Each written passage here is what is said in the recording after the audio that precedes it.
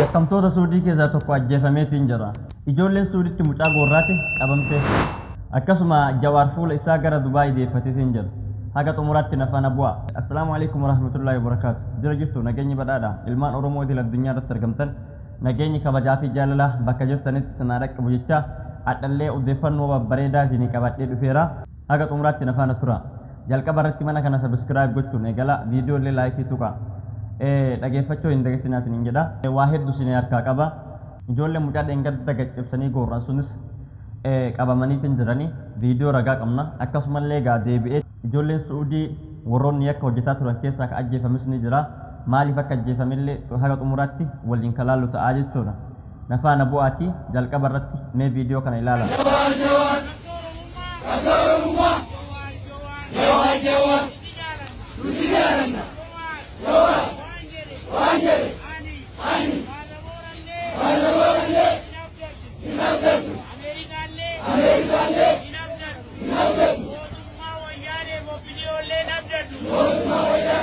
Hayyee akkuma isin agartanii viidiyoon isin amma laaltanii kaatan kuni hojjettoota ijoollee biyyaa yaatee Dubaayin keessatti argamtu jechuudha. Hiriira bara 2008 fi akkasuma bara 2007 nama yaadachiisa.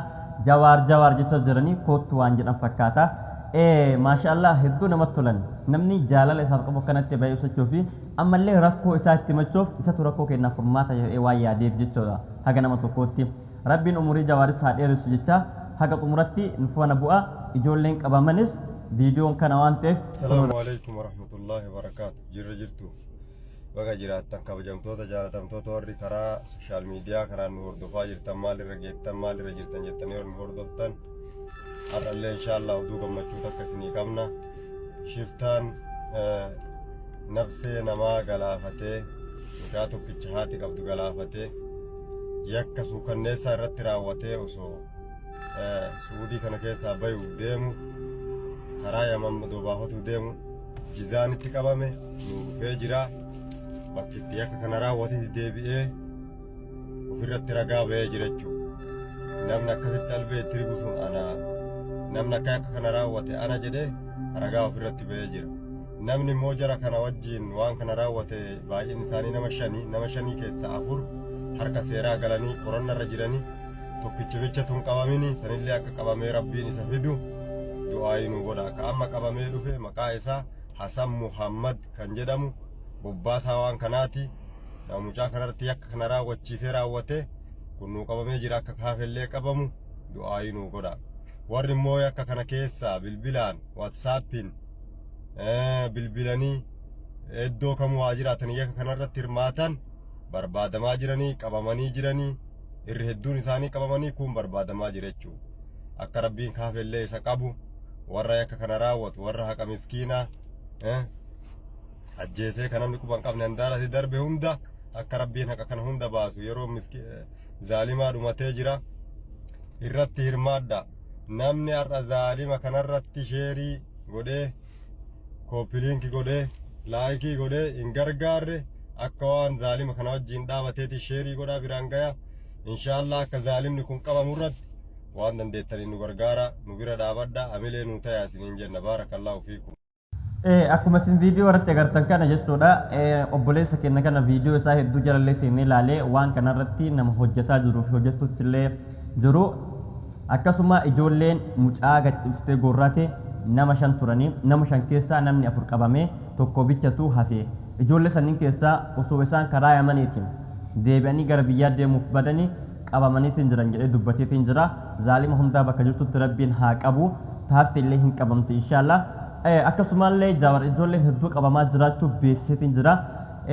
Ammallee warroonni barbaadamu jiranillee karaa nagaatiin akka harka kennatan ifa godheetiin jira jechuudha. Zaalimni turullee bulu hin qabama inshallah. Dhiiga mucaa kanallee rabbiin haa baasu. San qofa osoo hin taane mucaan ajjeese eeyyee anatu ajjeese albeetti rigee namni gorra'e anuma jedhee afaan isaatiin dubbateera jedhanii inshallah osoo akka mootummaa Itoophiyaa osoo hin taane mootummaa Suudiitti firdiin itti kenname hedduu gammanna. Maaliif jennaan namni nama ajjeesanii ajjeefan waan ta'eef dhiiga mucaa saniitiif namoota gaccibsanii isa gorran san osoo du'anii yennaan arginu hedduu nama gammachiisa. Hayyee suuraa kana ilaalame mucattii asirra argamtantuun illee maqaan isii Suudiyyaa jedhama. Sooshaal miidiyaa isiin fayyadamtu jechuudha. Maafiyaa keessa jirti. ijoollee hedduu qabaa ajjeesaa qalaa jedhaa warra turerraa jechuun Jawaar manxaseetiin jira barbaadamutti jirti. Fuula isaa gara Dubaay waan deeffate fakkaata. Maafiyoota haga 2-3 ijoollee Dubaay keessa jiran keessaa maqaa dhaheetiin jira. Akkasuma warri Dubaay illee nutti kootu jechuun jira. Itti dhaquun isaa waan hafa hin qabne waan ta'eef innillee viidiyoo ijoollee kanaa manxasee viidiyoo jalqaba irratti isin garsiisanii maaltu jira jedhee odeeffannoo funaanutti jira. Guyyaa odeeffannoo fudhantee gabba'e yakkamtoonni Dubaay keessa illee dhiiga namaallee jirtu baatan maallaqa namaa warri jirsan hedduutu jira. Karaa dallaalaatiin nama gowwoomsanii biyya erga nama baasanii booda hojii biyyatti namatti manii nama baasaniif ka biyyaa hogaa baan namaa kennan gargari. Akkasumallee iqaamaan gisee biyya jiran namatti manii fi eegaa achi gahanii hojjetanii nama kennanis gargara jechuudhaan namoonni hedduu komii adda addaa dhiyeeffachuu jiranii. Eentu akka gabbaa'u warroota nu beeknu immoo warra nu hin beekne warra nuti nama gaarii jennu warra nuti nama hama jennutu qabamee gabbaa haqa jedhu waliin laallaa jechuudha. Maaf jennaan hedduu namootaa nuti gabroota rabbiiti jennee asirraa laallu kasaaxilamantu jira waan ta'eef. Hayyee viidiyoo kana laalaa. Jawaar dura qabi. Hoggaa garee maafiyaa Suudii fitte karaa Dubaay akka hayyamaa dhuftu kabajaa si gaafannu. Warri Dubaay keessa jiru miidhaa hangana hin ja'amneetu nurra jira jechuudha. Hattoonni Dubaay katakkaa guyyaa tokko ni kaara suul yaraami wali bu'u malee ni kaa hidhatee beeyni arra hudduu ka hoolaa kana baasanii asirraa hurgufaa jira kun qabeenya sa'a haadha miskiinaa korma haadha miskiinaa jibicha haadha miskiinaatiin asirraa akkatti hudduu facaasaa jiran. Takkaa ilmoo dhaltee beeyni arra ilmoo dhalte tun. Saniifuu Jawaar Mohaammed hayni keenya kun nu dubbatamuu qaba. Meeqaan tan fiizaan ni dalagamaa maallaqas galchaa jennee guutuu gaafa raggalee maal fiizaan keessan hin jiru jedhanii haadhaaf ibbaan sa'a waatiyyoo qaban sa'a qaban jibicha qaban gurguranii sanii wajjin agabuu hafanii arra waan gurguratan dhabee abaarii dhumaa jiran jechuudha. Ijoollee akkas fidaniin taan poolis kiliiraansi isinirraan hojjetamne aayidiin isinin hojjetamtu jedhanii seerri biyyaa jijjiiramee ijoolleen diida baatee bakka bultu dhabdee raasarra hubee uffattee akka wantatti kajja akka gartee saree karra ciftu kaasanii deemaa jirti. Sireen takkitti 400-500 kiraan. Mucaan kun ijoollee Dubaay keessa hojjettu rakkoo inni dubbachuu jiru rakkoo nama jalqaba irra siinii tuqe rakkoo dallaalota akkasuma gowwoomsanii maallaqa namarraa nyaachuu ijoollee hiyyeessaa biyyaa baasanii iqaamaa irraa dalaguu dhabanii ijoolleen barandatti baatee rakkachuu rakkoolee akkana kanneen irraa dubbachuu jira. Rakkooleen akkanaa kun yeroo baay'eef illee dubbatamaa ture. Feemasoonni hedduun illee irraa haasaa turanii jechuudha. Haa ta'uutii gaa inshaallah qanii jawween fuulatti deeffate kunis furmaata ni argata jennee abdii qabna inshaallah. Hayyee viidiyoo itti aanu kana daawwadha. Assalaamu alaykum warahmatullahi wabarakatuh. Akkam jirtu nagaa keessanii jirtu. Amsa obbo Jawaar keenya biraan nageessan erguu barbaada. Yoo dhimma baayinansiitiin yookaan immoo dinagdeedhaan dhimma waa'ee yakkoota garaagaraa raawwatame kan dhaabsisuu irratti ikoonoomii murteessaa yoo ta'e yoo si barbaachisa ta'e galii ji'a tokko ofirra keenyee jirraa jechuudha gara fuulduraatti.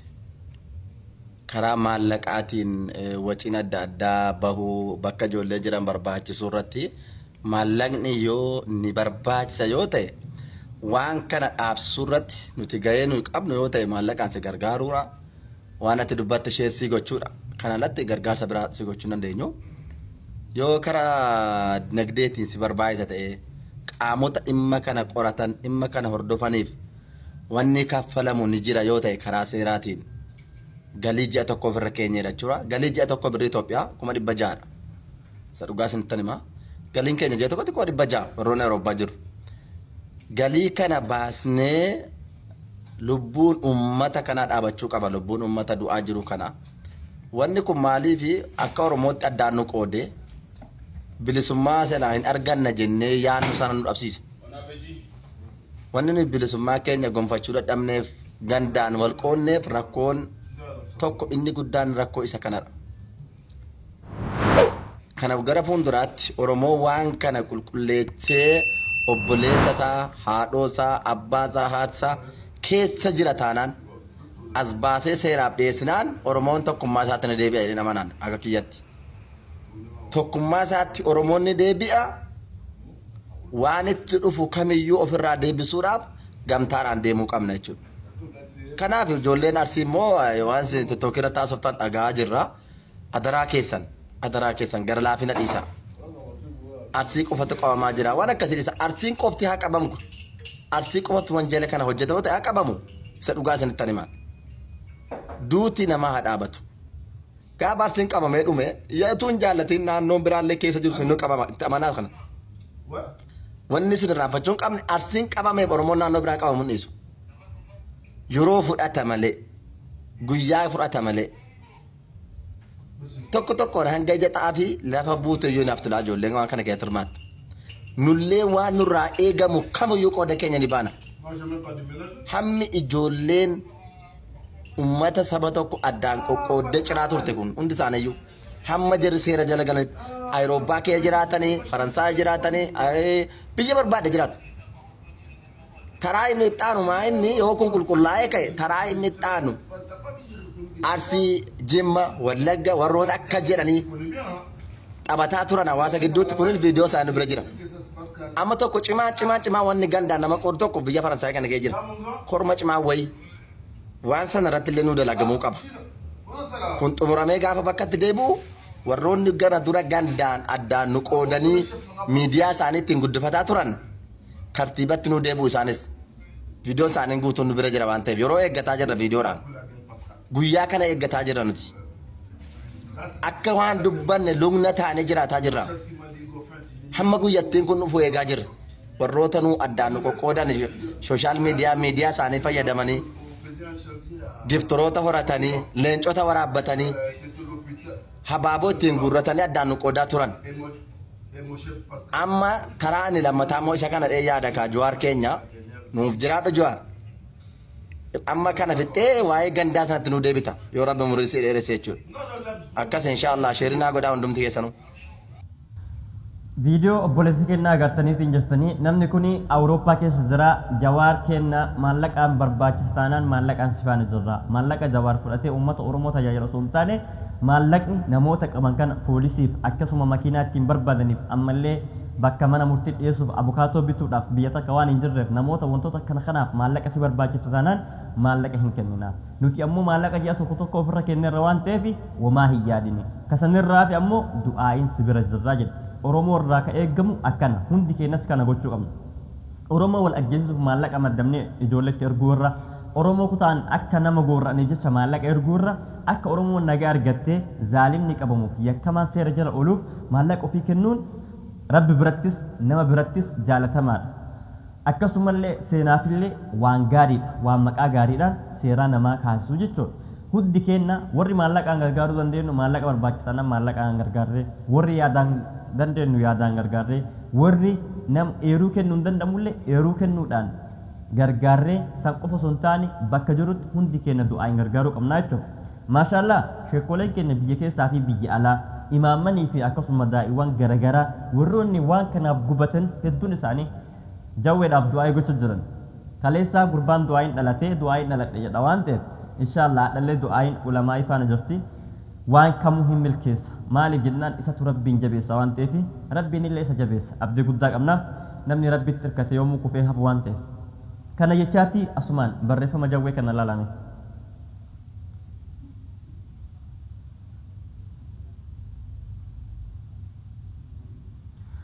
Barreeffamni jawwee kun akkuma isin agartanii ijoolleen Suudii keessatti yakkamaa taatanii sababa yakka daladdaniitiif barbaadamuu jirtan harka keessan seeratti kennadhaadha.